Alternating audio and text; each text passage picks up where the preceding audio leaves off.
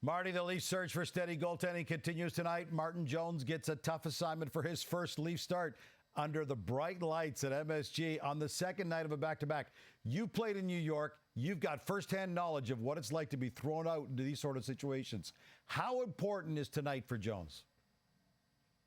It's really important. Look, he was signed to the Maple Leafs for that reason alone. Bring in some insurance in case somebody got hurt, but also having to play some games possibly during the season. And look, Martin Jones last season was 27-13-3 with the Seattle Kraken. He was able to really get some wins early when they needed him. Now his save percentage wasn't that great, but it's all about winning, especially when you are a backup. And I get it, right? I was a backup. I used to play the second game in back-to-back. I used to play on the road a lot. They were not easy assignment, but that's your job. That's what you got to do. And you got to welcome the challenge to say, hey, I'm going to help my team get at least a point, possibly two, but you got to settle for a point as the backup goaltender and keep pushing that team forward. So I get it. It's not easy for Martin Jones, but there's a real opportunity for him to get some starts while Joseph Woll is injured, while Ilya Samsonov is struggling a little bit. And it starts against the New York Rangers for Marty Jones. Ilya Samsonov carried the load with 40 starts last season, but was beaten out for the starting job to begin this year. Now with Joseph Woll week to week with that high ankle sprain, it should be Samsonov's net. So why doesn't it feel that way, Marty?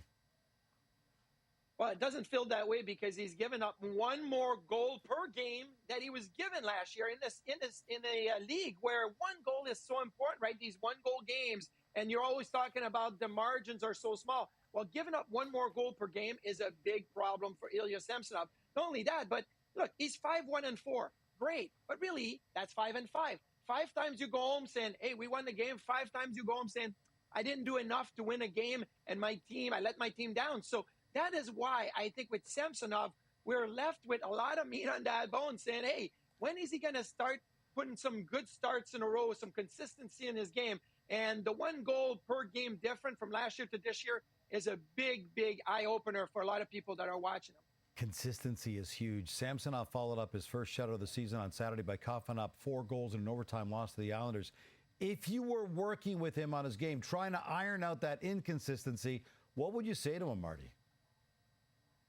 Well, the biggest thing right now, physically, is he's got a lack of body control. He's flopping a lot, and his structure crumbles a lot. So when he's moving laterally, I think that there's a lack of body control. So that's number one. Number two, you got to just play it, like break the game down period to period, 5 minutes per period. Like I used to break down my games in 12 segments.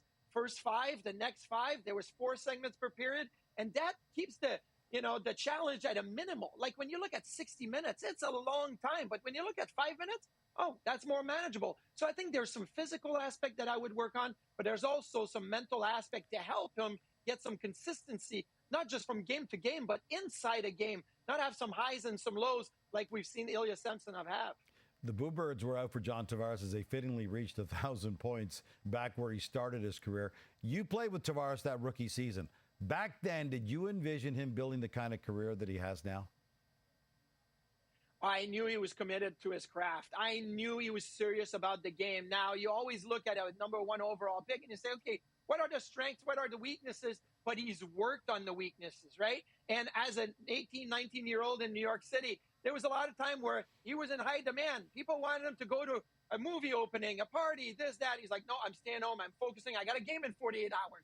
We're all saying, go, enjoy. He's like, no, game in 2 days, game in 3 days. And you could tell that he was really committed. That's why the longevity with John Tavares is so important. And what he's been able to achieve now the last 2-3 seasons, staying close to a point a game over his career, playing over 1,000 game, getting 1,000 point. I think it's all about the attention to details and really working at his craft every day. Here's a note that does not bode well for the Leafs. The Rangers are 9-2 at MSG this season. Their .818 points percentage at home is the best of any team in the league.